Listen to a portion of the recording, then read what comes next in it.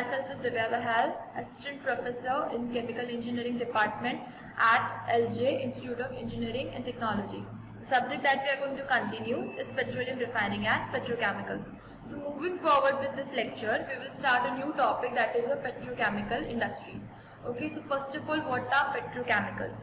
These are the chemicals that are obtained from petroleum and natural gas, right? So about 5% of the oil and gas is consumed each year in the production of these petrochemical products.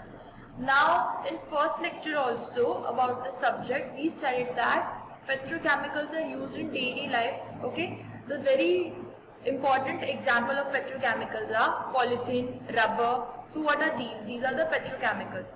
Okay, then other applications of what? In paints, in leather industry. Okay, the artificial leather, Rexine, what is that? That is an artificial leather. It's a petrochemical product. So these are some of the examples of your petrochemical products. So hence you can conclude that they are very important part. Now what are the feedstock of petrochemicals? Okay, the typical feedstocks are from C1 to C4 compounds. You're having your petrochemical products. Okay, the feedstock are like, if C1 compound we are talking about, so in C1 compound your feedstock is methane and the synthesis gases. If C2 compounds are taken into account, then ethylene and acetylene are your compounds which are used to make petrochemicals. Then in C3, propylene is your main reactant from which you can get many amount of petrochemicals. Similarly in C4 you use butane and butenes. If talking about the aromatic compounds, then benzene is the prime source from which you obtain your petrochemicals. So starting with the C1 petrochemicals, so you can say that methane is the major source, okay, from which carrying out many other reactions you can obtain your petrochemicals.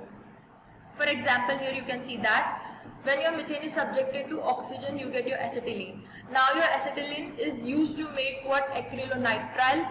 Then it is used to make vinyl chloride or acetate. Then it is used to make chloroplane, right? So when your methane, then it is subjected to air, you get your hydrogen cyanide, which is again used to make acrylonitrile.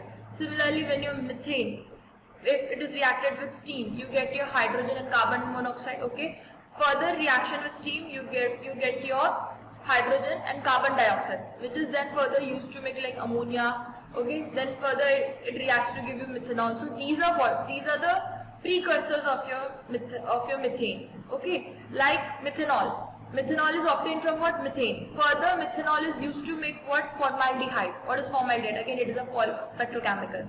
Okay, your methanol is again reacted to give you chloroform, methylene dichloride. Okay, so these are what? These are the certain petrochemicals which you are obtaining from what? Methane. At the end, what is methane? Methane is it's a component, it's hydrocarbon obtained in natural gas. Okay, so it's a product of what? Petroleum. So this way, this many petrochemicals can be obtained from your methane. So first very important kind of your petrochemical is methanol. So here we will study about methanol formation from your synthesis gas. Now first of all, what is synthesis gas? It is mixture of hydrogen and carbon monoxide. Now when this gas is subjected to high pressure and moderate temperature, then it converts into methanol. So your reaction is what? Your desired reaction is reaction of carbon monoxide with excess hydrogen to give you methanol. So your methanol composition is what? Formula is what? CH3OH. Here the side reactions which occurs are formation of CH2 and H2O gases. Similarly CH2 plus CO gas. Okay, these are the formation, your side reactions which occur. Now the all reactions here are exothermic in nature. Okay, and the undesired reaction is what? Formation of alcohol and hydrocarbon. So you have to keep your operating conditions in that way such that this undesirable reaction do not occur. Okay, alcohol like other alcohols like ethanol. Okay, now the catalyst used here is mixed catalyst made of oxides of zinc, chromium, manganese, aluminium. Okay, so these are the catalysts which are used. Now the flow diagram is very simple. So you are starting with the synthesis gas, okay, which is then sent to the reactor. So the pressure condition is what? You are keeping your pressure as 200 to 350 atmosphere, okay, and the temperature condition is moderate. Now from that you get your crude methanol. Then it is subjected to KMNO4, potassium permanganate treatment. So we will study why permanganate treatment is required. Then it is then sent to ether tower. Okay, see what I told you, side reactions occur. So ether is one of your side product which you are obtaining. Then it is sent to the methanol tower. From your top you obtain your methanol, and from the bottom you are taking out your water. So that way your process occurs. Okay. Now the major engineering problem is that your operation is carried out at very high temperature, high pressure. Sorry. So if high pressure is there, so as per safety point of view, this is very hard to maintain that high pressure condition. So to withstand such high pressure, thick walled reactor is needed. Okay. So hence it adds into your fixed cost. Now the undesired reactions of formation of alcohol reduces the yield of methanol. So undesired reactions, what I talk about, like here you can see that heavy alcohols, those are your formed because of the undesired reaction. Now other impurities formed here are ketones, aldehydes, for which you require potassium permanganate. So here you can see that your crude methanol, first of all it is treated with potassium permanganate, such that the impurities like ketone, aldehyde, which are formed in very minute amount, okay, so those are treated out. So this way your methanol is formed. Now what are the properties and uses? So first of all, your methanol, it is a colorless liquid that boils at 64.96 degrees Celsius, right? Its freezing point is what? Minus 93.9 degrees Celsius. Now it's explosive in nature and burns with a non-luminous flame, right? And it is completely miscible in water, and it is used as a rocket fuel, as a solvent, and as an antifreeze component. Okay, so this was about your methanol. Now the next topic is your formaldehyde production. Again, your formaldehyde, the main source is what? The C1 petrochemical used is here methane. From methane only you are forming your formaldehyde, but the reactant here is what? Methanol. So you can see the precursor reaction. First of all, from methane you are making what? Methanol, and then from methanol you are making your formaldehyde. So the reactions are, two reactions occur in your reactor. First is the oxidation of methanol, which gives you formaldehyde, and the pyrolysis of methanol, which gives you again formaldehyde and hydrogen. So the formula of formaldehyde is what? HCHO. Okay, CHO is where your aldehyde group. Now the undesired reaction here is reaction of methanol with oxygen to give you water and carbon dioxide. Okay, the catalyst used here is silver or zinc oxide, right? The operating conditions are what? Your temperature is about 500 to 600 degrees Celsius and the pressure is about atmospheric pressure. So this is your flow diagram, right? So you can see that first of all you're treating your methanol with your air, okay? Because oxidation is to be carried out, you can see that. So heated air is there because again pyrolysis reaction also occurs, okay? Now in a catalytic reactor your reaction occurs, okay? Now it is then sent to the Leyden strippers where you're taking out your gases like CO2 is taken out, okay? And H2, hydrogen gases, these gases are taken out. Finally from the alcohol stripper you're taking out your unreacted methanol vapor, and from the bottom you get your formaldehyde 37% solution. Okay, it is this solution, it is with water because we saw here water is also formed, right? So this was about your methanol production. Now the uses of formaldehyde. First of all, your formaldehyde is stable only in water. So hence you can see here that in your product you get your 37% solution of formaldehyde with water because it is only stable in water. Okay, so your maximum limit of obtaining formaldehyde is what? About 37% only. Now your formalin, what is it? If your formaldehyde is stabilized with 3 to 15% methanol, then that is called as formalin. Your formalin is generally used in preserving dead bodies, okay? It is used as a preservative. It is also used in the manufacturing of resins, okay? Then it is also used as a building material and for the insulation purpose.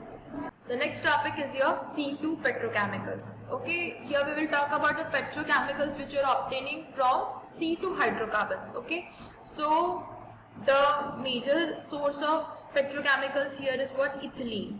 Okay, so here you can see that how ethylene is obtained.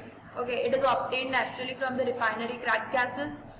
Again, when you carry out the cracking of ethane and propane, then ethylene is one of your product. So here you can see that how when your ethylene is subjected to different reactions, okay, you get your petrochemicals. Like example, when chlorination is done of ethene, you get your ethylene dichloride. Further reaction of ethylene dichloride gives you vinyl chloride. You have vinyl chloride, PVC. It is one of the best example of your petrochemical which has wide range of application. Okay. Similarly, you can see that when it is subjected to oxidation, when it is reacted with oxygen, ethylene oxide is obtained. Okay. And it further reaction with ammonia, it gives you ethanolamines. So you can see that how so many types of petrochemicals are formed from your ethylene. Now here we will study about, first of all, ethylene dichloride production. Okay. So you saw when your ethylene is reacted with your chlorine, then you get your ethylene dichloride. So the reaction is very simple, chlorination of ethylene dichloride. So your ethylene dichloride is what? C2H4Cl2. So your reaction is what? C2H4 plus Cl2, it gives you C2H4Cl2. Right? Now the undesired products formed in this reactions are propylene dichloride and polychloroethane. Okay, so these are the undesired products which are formed. Now this reaction occurs in liquid phase only. Okay, where your ethylene dichloride acts as a liquid phase reactant. The catalyst used is ferric chloride or ethylene dibromide. Now your operating conditions are what? Your temperature is about 50 degrees Celsius and your pressure is about 1.5 to 2 atm. The reaction is exothermic in nature. Now here note important point that your crude product is to be washed with caustic soda so as to remove the traces of HCl. Okay, of course, as it is a chlorination reaction, some amount of HCl will also be formed. Now moving forward to the flow diagram, so you can see that chlorine and ethylene is first of all sent to your reactor where you are also feeding your catalyst. Okay, now from the top you are taking out your gases. Okay, so here one more important point is that you get your product in two forms. Okay, ethylene dichloride is obtained in vapor form also and in liquid form also. So from top you are getting your vapor form and then you are subjecting into refrigeration. So because of refrigeration, as much as product is extracted of the gases. Okay, so you get, because of refrigeration, you get your liquid ethylene dichloride and other gases like you can see unreacted ethylene, okay, methane, H2. These gases are scrubbed off in a HCl scrubber. Okay, HCl is also taken out from the vapor phase, and from the bottom you are getting your, and from the bottom of your reactor you are getting your liquid ethylene dichloride. Now this is again sent to your washer, okay, where you're using your 6 to 8% of your caustic soda to remove the traces of HCl which is present along with your ethylene dichloride.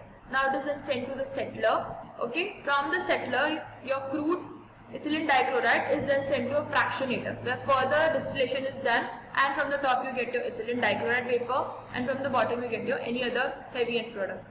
Okay, so this was your flow diagram of your ethylene dichloride. The uses of ethylene dichloride are, first of all, it is used as a reactant for the production of vinyl chloride. Okay, it is also used as a catalyst in the production of tetrachloroethylene.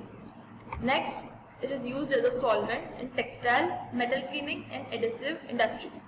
This was about your ethylene dichloride. The next important C2 petrochemical is your vinyl chloride. So here you can see that your ethylene dichloride, it reacts to give you vinyl chloride and HCl. So important thing to note down here is that this is the reversible gas phase reaction. The catalyst uses charcoal. Okay. Now as it is reversible, so here you need to do the quenching also. So you can see the quenching is done in order to inhibit the reverse reaction. Again, what is quenching? Drastic cooling. Okay. Now the product is stabilized using a stabilizer, as vinyl chloride is highly reactive without stabilizer. Of course, as it is a reversible reaction, it is very reactive in nature, and so back product are formed. So stabilizer is also has to be added. Now the flow diagram is, first of all, your ethylene dichloride, okay, you are converting it into vapor form because your reaction is what? It's a gas phase reaction. You are vaporizing it and then you are sending it to dryer so as to remove any moisture amount. Okay, any moisture, it has to be dried off.